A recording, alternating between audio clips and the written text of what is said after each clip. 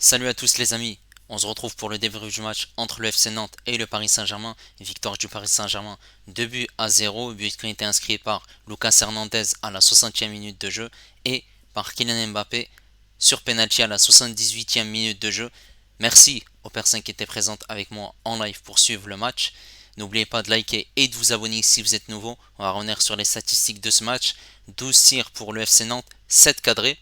Seulement 2 tirs cadrés pour le Paris Saint-Germain et avec le même nombre de tirs, 12.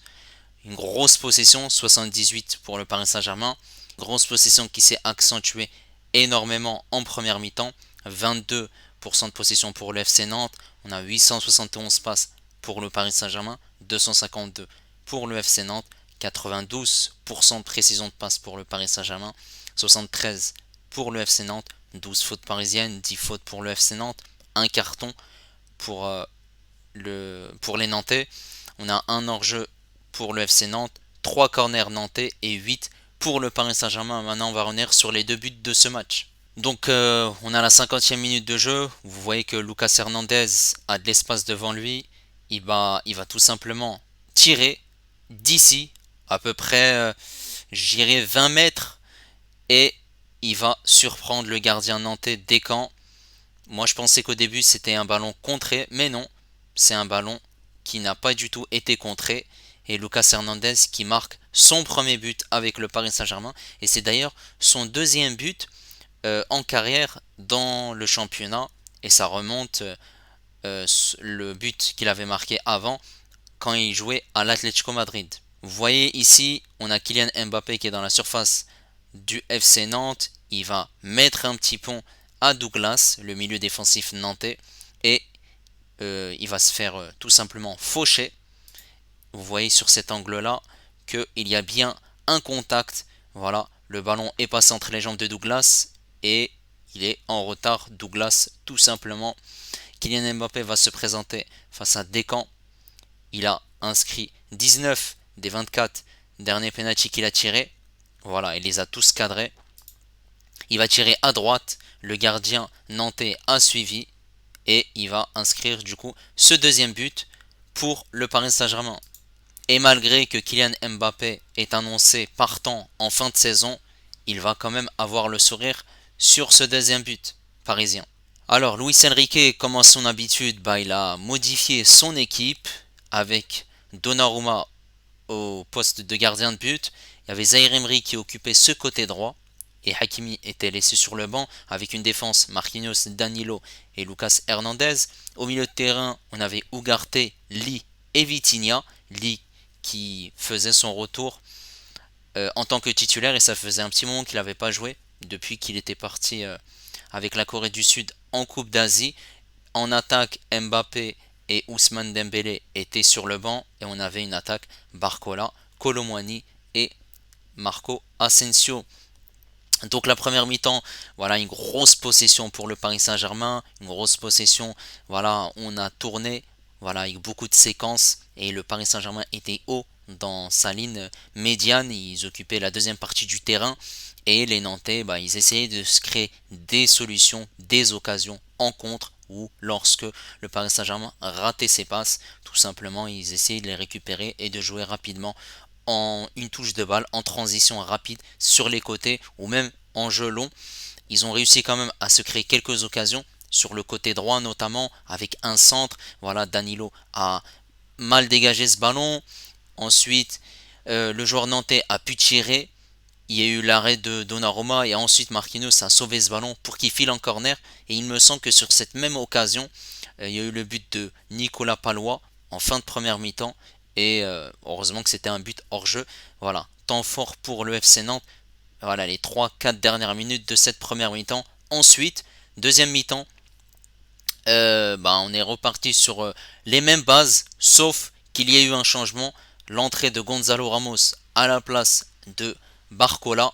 Donc Kolo Muani va glisser à gauche et Ramos en buteur. Et voilà, on s'est créé des occasions, on a accentué le tir et on voyait que le FC Nantes aussi avait un peu plus le ballon.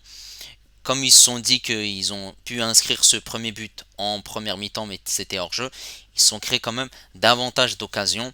Voilà, il y a eu ce but qui est intervenu à la 60e minute de jeu par Lucas Hernandez, un but de loin. Et ensuite, ils étaient un peu obligés, les Nantais, de revenir au score puisqu'ils se sont fait encaisser un but. Il y a eu par la suite de ce but de Lucas Hernandez un triple changement pour le Paris Saint-Germain avec les entrées de Kylian Mbappé à la place de Asensio, Ousmane Dembélé à la place de Lee et Hakimi à la place de Kolo Muani.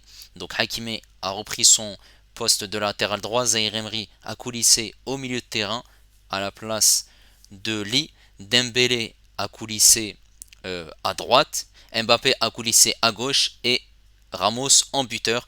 Donc voilà, on s'est créé pas mal d'occasions, mais c'était un peu plus compliqué dans le dernier espace puisque c'était une ligne défensive à 5 pour les Nantais.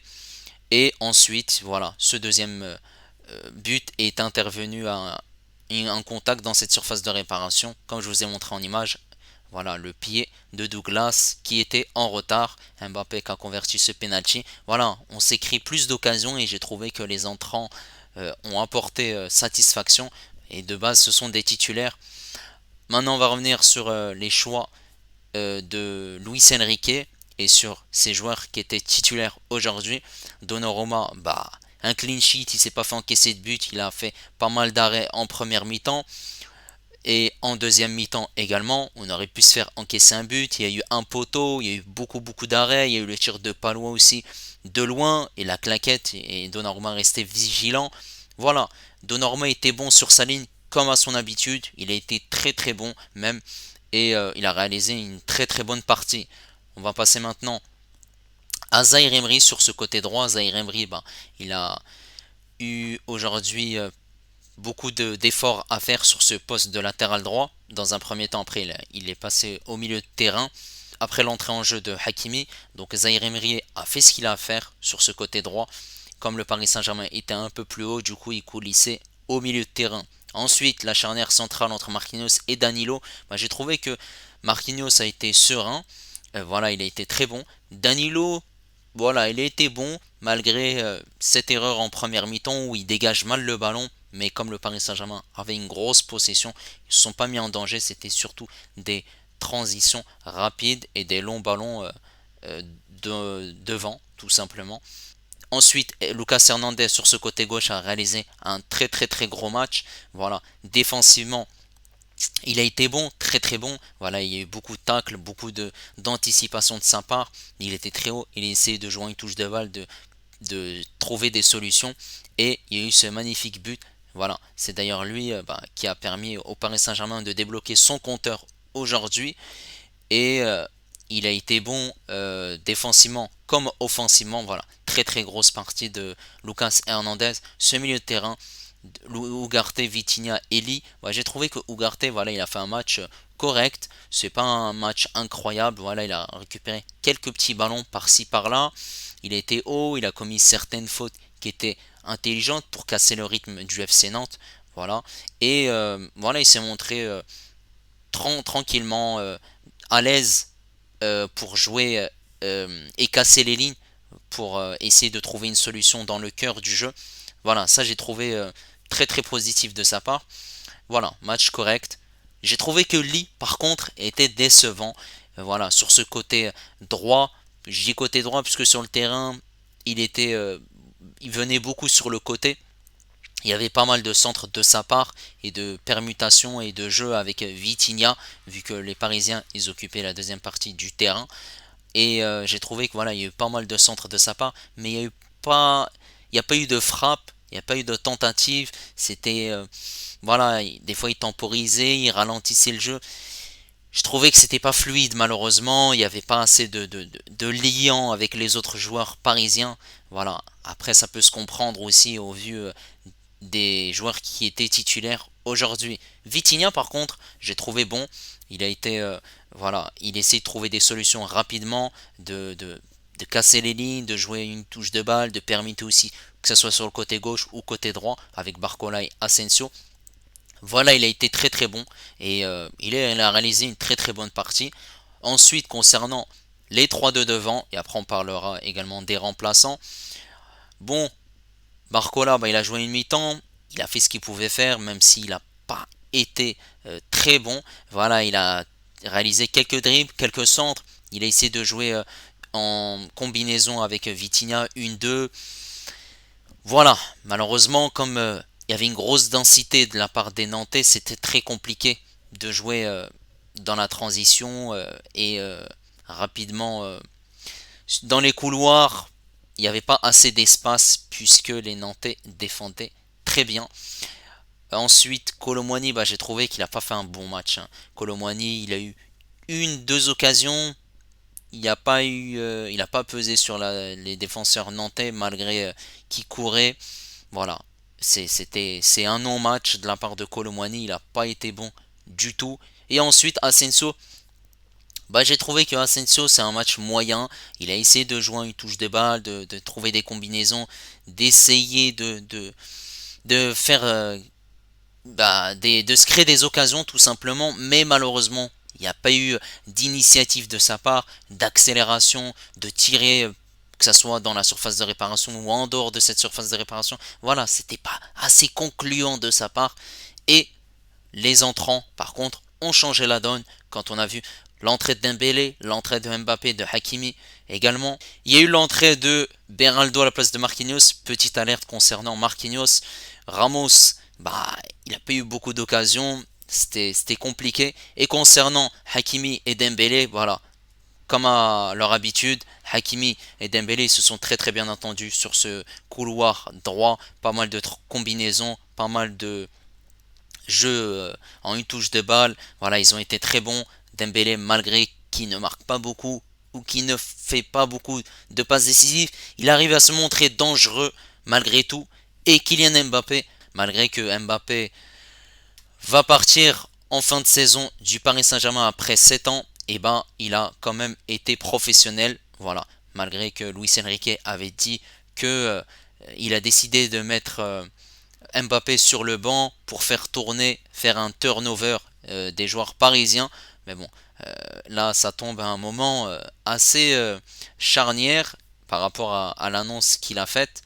Donc, prestation correcte malgré tout, même si la première mi-temps c'était compliqué. Luis Enrique, ses choix étaient gagnants, comme contre Lille, le turnover a payé. Après, voilà, c'est plutôt la deuxième mi-temps qui est meilleure que cette première mi-temps où on a eu du mal, une possession stérile qui n'a pas abouti en se créant peu d'occasions. La preuve, 2 tirs cadrés dont 2 buts. Et bravo malgré tout aux joueurs nantais qui ont posé des difficultés aux Parisiens, que ce soit en première mi-temps ou en deuxième mi-temps. Et heureusement que Donnarumma était là, puisque sinon les Nantais auraient marqué tout simplement. Voilà, n'hésitez pas à me dire ce que vous avez pensé de ce match. N'hésitez pas à liker, à vous abonner si vous êtes nouveau. Et moi je vous dis à la prochaine. Ciao les amis.